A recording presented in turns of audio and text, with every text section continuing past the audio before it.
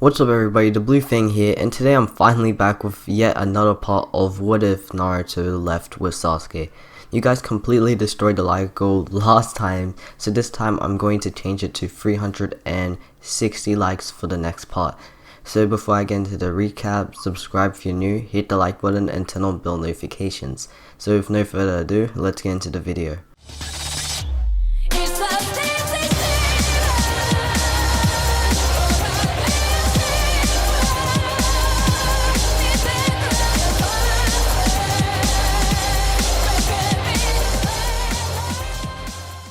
So last time we left off with Naruto and Sasuke returning to the village, with Sasuke recovering from his battle with Itachi. Also, Naruto had just heard the news about Jiraiya's death from Tsunade, saddening him for a while, but he wouldn't be too sad because Jiraiya wasn't that much of a mentor to him anyway in this what if.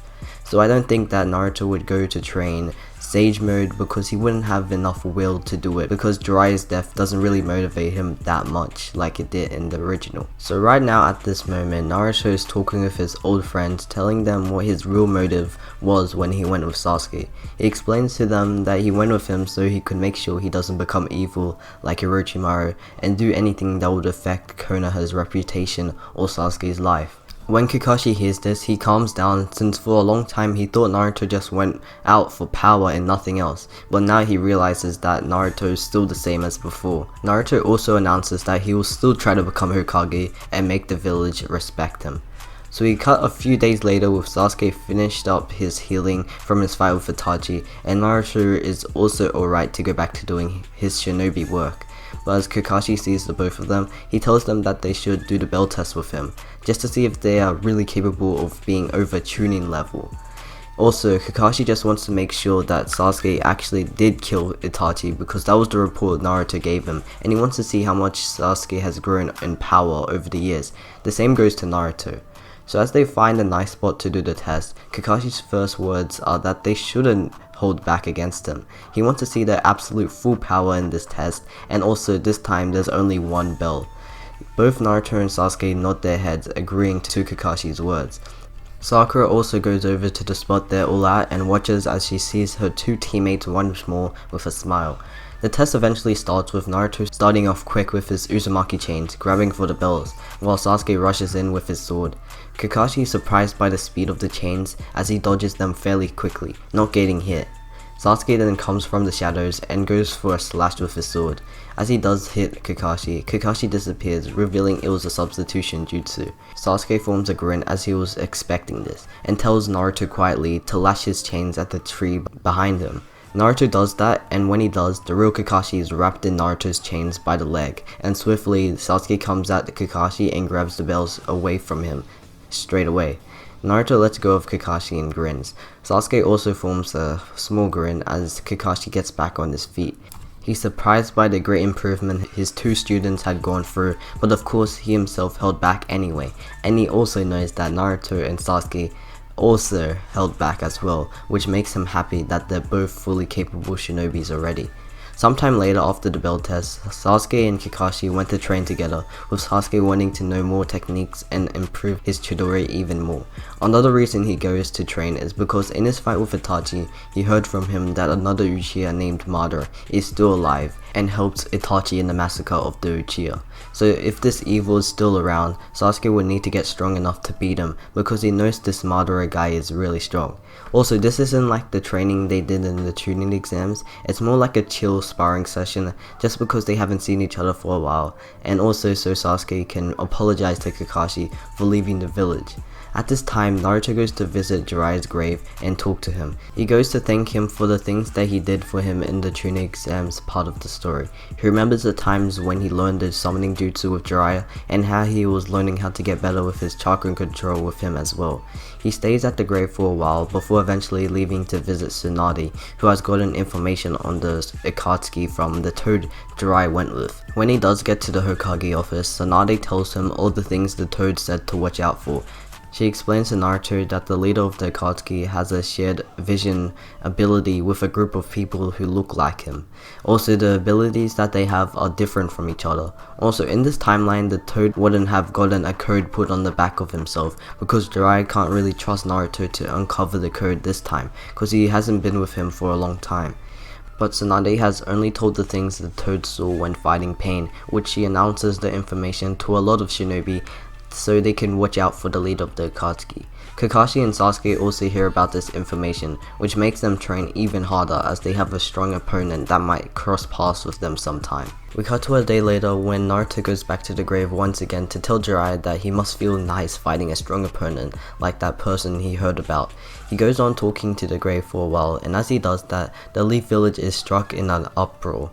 Screams echo throughout the village as rocket blasts explode in the air. Naruto hears all of this and is surprised by the noise. He doesn't know this, but the leader of the Akatsuki has already started his invasion on Konoha to find the Jinchuriki. Obito is also in the village at the moment, hidden away trying to find his own target. He also specifically told Pain not to attack his target in any way. This person would be Sasuke, who he's very interested in at the moment after he heard about the incident with Itachi. Obito goes through the village checking everywhere for Sasuke, while Pain rampages the area looking for Naruto. Naruto eventually starts dashing towards the inside of Konoha to see what's going on. As he gets closer, he sees giant creatures summoned everywhere, and as he sees this, he knows that these people are the ones who killed Jiraiya. We cut to where Sasuke and Kakashi are at the moment, with them getting people back to safety as the attack goes on. They both do this quickly enough to get a load of people out of the ongoing action, but eventually one of the Pains cross paths with the two of them. The Pain is the Asura path, which starts to fire missiles at Kakashi and Sasuke. They both are quick enough to dodge the attacks, while after dodging, Sasuke dashes at the Pain. He charges in with his lightning infused sword and gets a strike on the Asura path. Its skin gets chipped, but it manages to get away from the rest of Sasuke's attack. Kakashi sees this and thinks that it's time to use his Sharingan, so he takes off his headband from his eye, revealing his Sharingan once more. He also changes it to his Mangekyo Sharingan state to show Sasuke that he has a new form of it. Sasuke turns to see this, but as he does, a black flame shoots out at Kakashi. But at that exact moment, Kakashi is able to react quick enough to Kamui Sasuke's Amaterasu away to the Kamui dimension. The reason Sasuke's Amaterasu activated was because he saw Kakashi's Sharingan, and if you guys remember how Itachi implanted the ability into Sasuke's Sharingan, it was meant to activate whenever Sasuke saw another Sharingan activated, since Itachi thought that Obito would get to Sasuke first, like how we saw in the original. So Kakashi was lucky that he was able to react quick enough to save himself from dying by Sasuke's own attack. The two of them are both confused at what just happened, and while Sasuke tries to think of why Itachi's black flame shot out of his own Sharingan, the Deva path enters the fight, standing beside the Asura path. As Sasuke finishes thinking, he tells Kakashi what might have been the reason for what just happened, which is that Itachi planned to kill any other Sharingan user that he saw first after his fight. Kakashi also thinks that it could be a trap to kill another Sharingan user, and the last Sharingan user he knows other than Sasuke is himself. But he then remembers the encounter he had with a masked man when he went to look for Naruto and Sasuke with the Konoha recovery team. He remembers that the masked man had a Sharingan, but as the two of them continue thinking, the Deva and Asura paths start their attacks. As they go charging at both Kakashi and Sasuke, they get a strike on both of them, but Kakashi's body was a lightning infused clone while Sasuke's was a substitution. The Asura path's body gets electrocuted by Kakashi's clone, shocking it, while the Deva path looks around for the real ones. But hidden away, Sasuke starts to unleash his next attack, which would be Kirin. Swiftly, he comes out of hiding and unleashes his Kirin attack on the two Pains, while Kakashi tries to snipe one of their limbs off with his Kamui. Kirin completely obliterates the spot of where the Pains were, and smoke flows everywhere. As the smoke dies out, standing in the Asura path and the Deva path stabbing through someone. Sasuke tries to look closer, and as he does, his eyes widen as tears start to drip down his cheeks. Kakashi is seen with weapons pierced through his body and blood dripping out. The two Pains put Kakashi down and they both look at Sasuke. Once they do, they see something different about Sasuke's eyes. Not just him having a look of sadness seeing his sensei's death, but a look of awakening and seeing another person he had just lost in his life. Sasuke's eyes begin to change shape from the ordinary free Tomoe Sharingan straight to his Mangekyo Sharingan. Both the Deva and Asura path stand there with emotionless eyes, waiting for their opponent to attack. But as they wait, the Deva path Pain begins to say some things about how pain affects everyone. He goes on to explain things about pain like how he did to Naruto in the original, but Sasuke isn't listening. He tries to regain more chakra to make his next attack. Also, the two Pains are not able to kill Sasuke since Obito wants to take Sasuke for himself for his own personal business. So the two sides are both stalling each other.